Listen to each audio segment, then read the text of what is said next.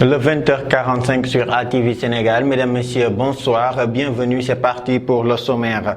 Après les restrictions des réseaux sociaux WhatsApp et TikTok, les Sénégalais se prononcent sur ces restrictions et comment ils jugent ces différents réseaux sociaux qui ont été restitués par le gouvernement du Sénégal. En parlant aussi de l'érosion côtière, des changements climatiques, la gestion des déchets et les pollutions,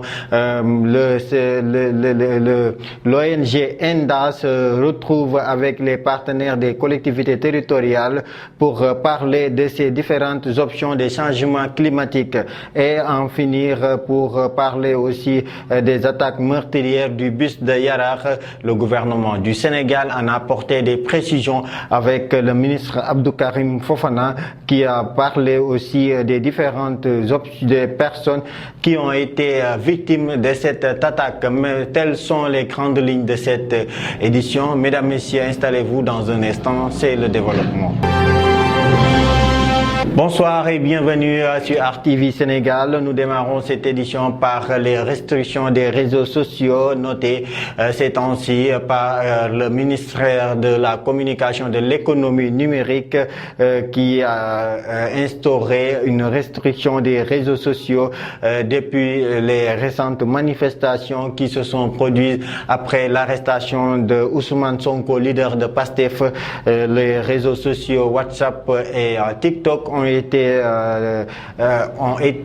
déjà restitués alors que les jeunes utilisent ces deux réseaux le plus souvent. Certaines qui font leur vente en ligne tandis que d'autres pour se communiquer. Nous allons voir le reportage signé par John Faye.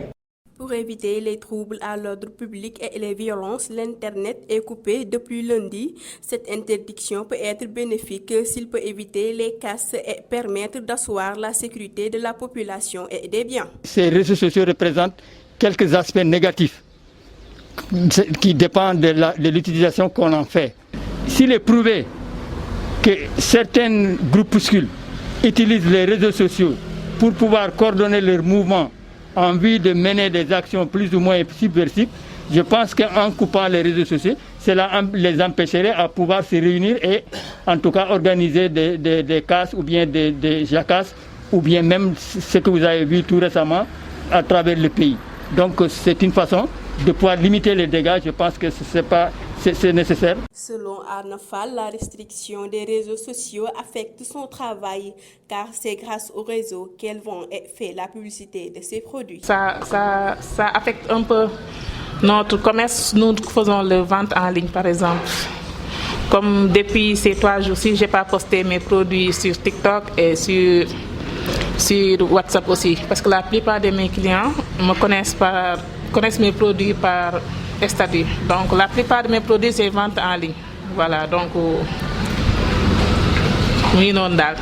3 jours après cette suspension, certains continuent de se connecter et de créer des contenus. Cette restriction des réseaux sociaux est-elle la véritable solution pour lutter contre les troubles à l'ordre public? À présent, nous allons parler de l'érosion côtière qui préoccupe l'ONG ENDA et les collectivités territoriales pour parler donc des changements climatiques, les pollutions, mais aussi les différents thèmes qui ont été développés à cette rencontre pour parler donc des problèmes de l'érosion côtière, mais aussi du changement climatique, de la gestion des déchets, les énergies renouvelables et toute autre principale thématique que rencontrent les populations qui sont dans les zones côtières du Sénégal. À ce propos, nous allons écouter Emmanuel Sek qui est au micro de Mbayeng. C'est la question donc de l'érosion côtière parce que nous sommes dans la petite côte. Où déjà il y a des réponses qui ont été apportées. Si vous regardez tout autour, il y a des infrastructures donc de brise-lames qui ont été mises en place, au moins pour protéger le secteur économique qui est essentiellement touristique. Il y a des actions qui sont prises. Maintenant, on est dans un contexte où un enjeu différent, où le Sénégal est considéré comme un pays producteur de gaz et de pétrole. Maintenant, c'est à nous de voir les mécanismes donc, que nous devrons mettre en place pour qu'au moins les ressources émanant de ces produits-là puissent bénéficier davantage aux populations. Et nous l'avons dit tantôt, faciliter à ce que les communautés, à travers des financements, ou bien même l'accès aux technologies propres, c'est-à-dire les gains ou les bénéfices de ces ressources-là peuvent nous permettre de nous réorienter vers un processus de durabilité. Et donc c'est vraiment de faciliter l'accès à ces technologies propres-là pour que les populations où il n'y a pas suffisamment, notamment au niveau rural, où il n'y a pas suffisamment d'accès à l'électricité, au moins puissent avoir cette chance-là. Donc de pouvoir avoir ces services énergétiques, comme on l'a dit, qui pourraient permettre de mieux valoriser les produits que nous avons sur le terrain. Parlons à présent de la situation de la gare routière de Malicounda, un an après son inauguration par le maire Maguette Sène, un an après sa construction. Donc, Mahan Gomis estime que la gare routière de Malicounda est un échec. Le vice-président du syndicat national des transporteurs du Sénégal dénonce donc la gestion de cette infrastructure et pourtant l'infrastructure a coûté plus de 1 milliard de francs CFA. Nous allons l'écouter, Pierre Mahan Gomis, au micro de Abdourahmane Diallo. C'était dans l'émission Caméra. problème magasin muy ni bon problème wala mu wax lu mu gëmut sama doom la sama jabar la sama parce que bi gaz bi bare ci laa ko posé question man ko monsieur le maire sa gaz bi lu ko tax a jóg mun man chauffeur taxi yi daw sama biir commune ñoo ko moom ñu ne dañuy def cohabitation entre taxi clando yi ak des véhicules affectés au transport public yoo xam ne benn catégorie muy minibus man ko garage bi def nga fi 1 milliard mais taxagul nag mën a nekk garage boo xam ne garage bu am droit ak devoir du exploiter transport interurbain là parce que architecture garage bi ça ne répond pas à une gare routière interurbaine dafa tuuti boo ñëwee da nga naan marché la ña fay daw xam ne ndax échec la wala réussite la ña koy gérer xam ne ndax échec la wala réussite la ko kay jugement bu leer xam nga mbir moom saa bu nekkee rek yaa ci mooy atte boppam. Cette information sur la brève,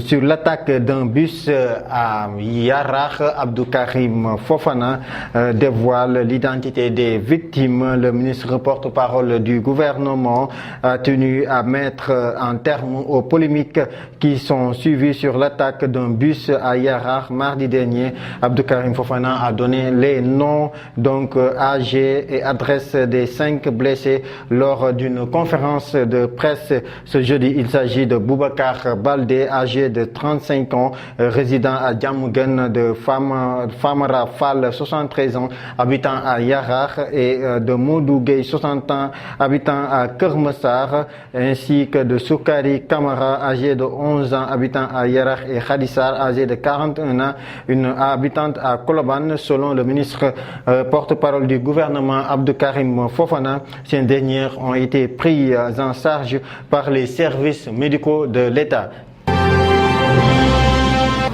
Et c'est cet élément du ministre porte-parole du gouvernement Abdou Karim Fofana sur les victimes donc de cet incident qui met fin à cette édition. Merci de nous avoir suivis le 20h45 sur ATV. Merci à toute la rédaction qui m'a aidé à la réalisation de ce journal. Excellente suite des programmes sur la télévision ATV Sénégal.